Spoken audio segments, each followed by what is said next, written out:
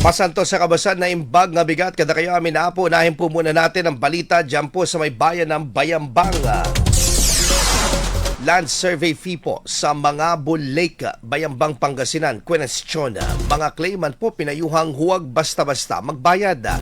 Para sa detalye ng balitang yan, kasama natin Idol Juana De Vera. 104.7 IFM Report.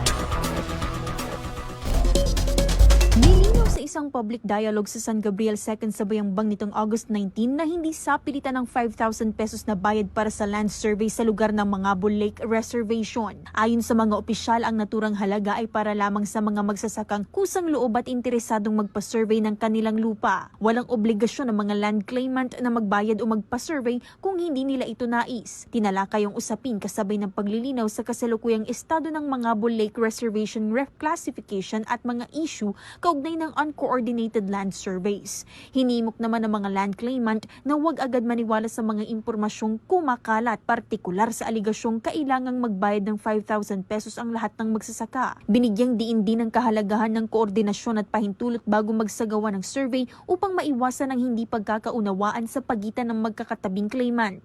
Pinayuhan ng publiko na beripikahin muna ang impormasyon at makipag-ugnayan sa mga otorisadong tanggapan bago makilahok sa anumang proseso o transaksyon na may kaugnayan sa kanilang mga lupain.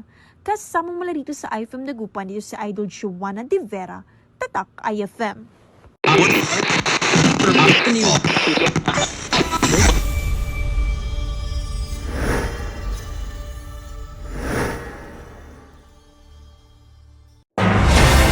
IFM News. IFM News.